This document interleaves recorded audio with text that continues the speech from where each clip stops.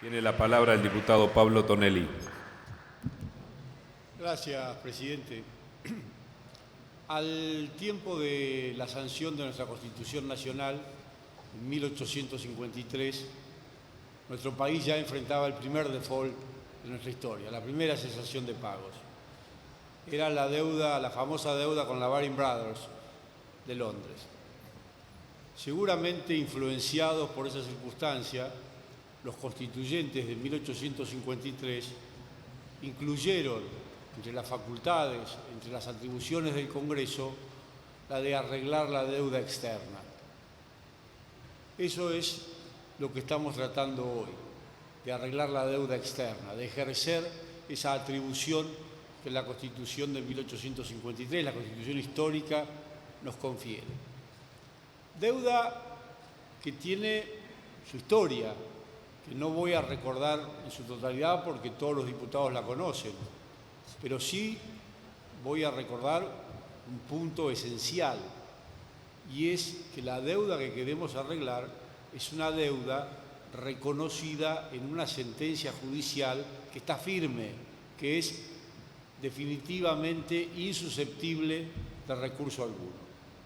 Sentencia, por otra parte, que fue dictada en una jurisdicción extraña a nuestro país, fue dictada en la ciudad de Nueva York, porque el país voluntariamente se sometió a esa jurisdicción para dirimir cualquier conflicto derivado del cumplimiento de los pagos de los bonos que finalmente no fueron pagados.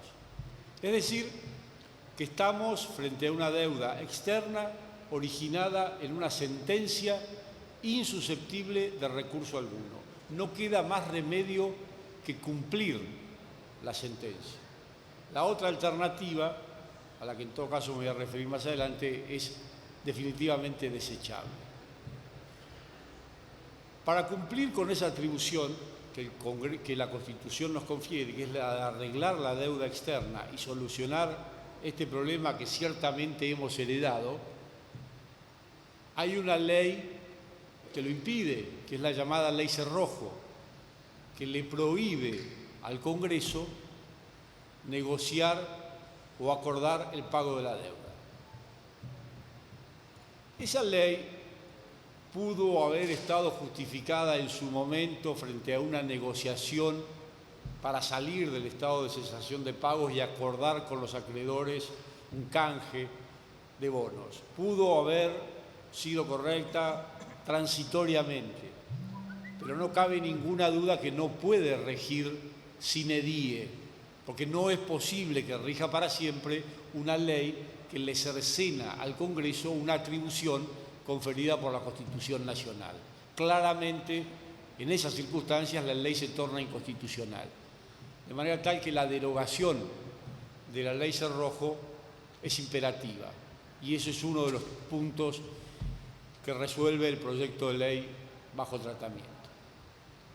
También, para poder llegar a ese arreglo de la deuda externa que el país enfrenta, tenemos que derogar otra ley, que es la ley llamada de pago soberano, ley que en su momento votamos en contra, con largas y frondosas explicaciones desoídas por el oficialismo de turno, y que claramente constituyó un ardid para intentar eludir el pago de esa sentencia judicial firme. De nada sirvió la ley, además de que era un ardid, además de que era una ley con la cual se intentaba engañar a un tribunal al cual el país había sometido voluntariamente y ante el cual había litigado durante años. De nada sirvió, porque la situación de cesación de pagos, la situación de default de la que se quiso salir con esa ley, subsiste y se agrava día a día como consecuencia del incumplimiento de la sentencia, que hace que el país día a día vea incrementada esa deuda con intereses notoriamente elevados.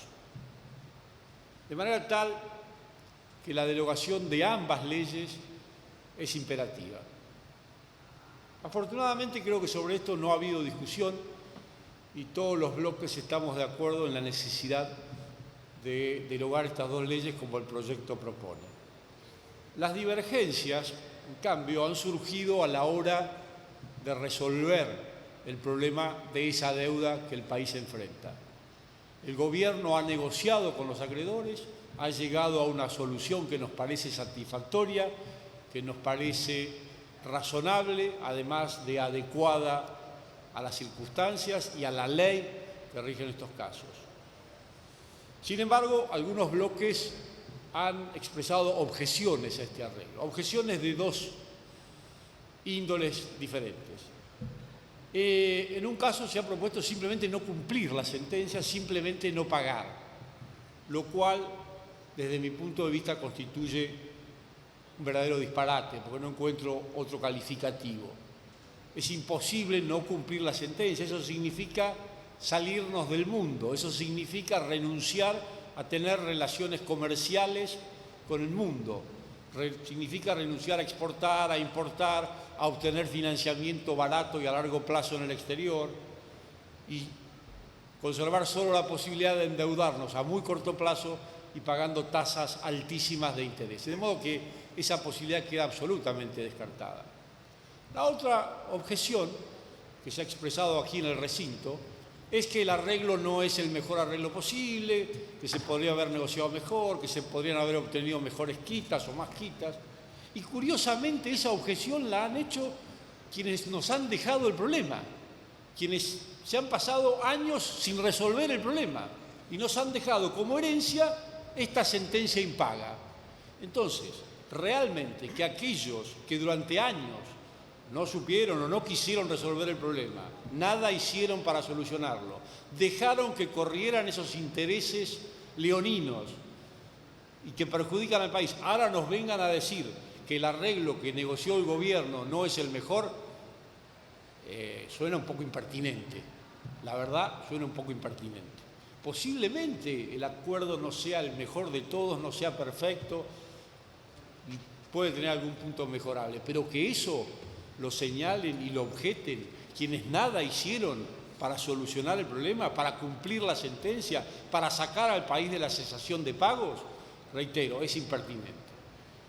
Entonces, señor presidente, desechadas las dos objeciones por las razones que acabo de expresar, la verdad es que la única alternativa razonable para que el país retome la senda del crecimiento y de la prosperidad es aceptar el arreglo que negoció el Poder Ejecutivo, cumplir con nuestra obligación de arreglar esta deuda externa y darle a la Argentina una nueva oportunidad para crecer, desarrollarse y que vuelva a la prosperidad a nuestro país. Muchas gracias. Gracias, señor diputado.